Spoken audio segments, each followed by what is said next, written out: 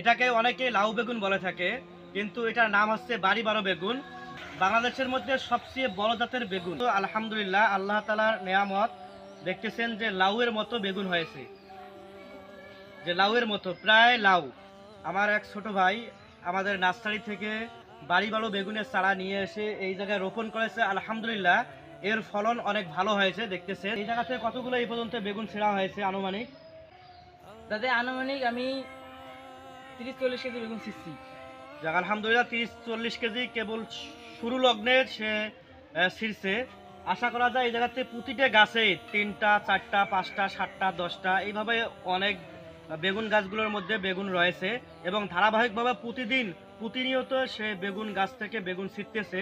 আলহামদুলিল্লাহ, এর থেকে আশা করা যায় যে অন্যান্য গাছের তুলনায় এই বেগুন থেকে অনেক লাভবান হবে ইনশাআল্লাহ।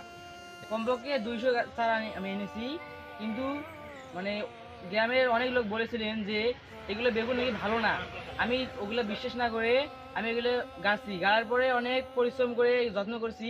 আলহামদুলিল্লাহ, অনেক ফলাফল পেয়েছি আমি। আলহামদুলিল্লাহ, এর কাছ থেকে শুনলাম যে অনেক ভালো ফলন হয়েছে, এবং যখন প্রাথমিক অবস্থায় প্রথম অবস্থায় যখন এই বেগুনগুলো যখন সে এনে রোপণ করেছিল, অনেকেই তিনাকে তিরস্কারিমূলক মানে কথাবার্তা বলেছিল।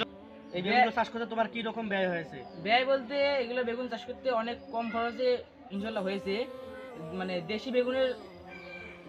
বেগুনের পিছনে যে খরচ যায়, এগুলোর পিছনে ওইরকম খরচ যায়। ইনশাল্লাহ খরচ কম হিসেবে লাভ অনেক পাওয়া যায়।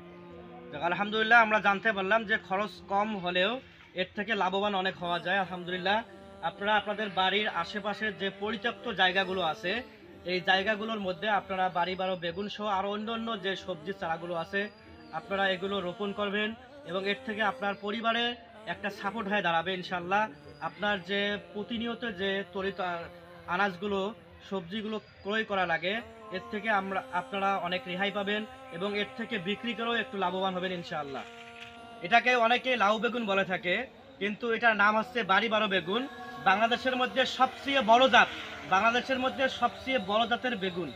এই বেগুনগুলো আমরা বাংলাদেশের যে কোনো জেলায় বাসযোগে অথবা কুরিয়ার সার্ভিসের মাধ্যমে চারাগুলো সেল দিয়ে থাকি। আপনারা যারা এই বেগুনের চারাগুলো ক্রয় করতে চান, আমাদের স্ক্রিনে দেওয়া নাম্বারে যোগাযোগ করবেন। ইনশাআল্লাহ, আমরা বাংলাদেশের যে কোনো জেলায় বাসযোগে অথবা কুরিয়ারের মাধ্যমে সেল দিয়ে থাকি, এবং শতভাগ শিকড়যুক্ত কোকোপিট দ্বারা উৎপাদিত চারাগুলো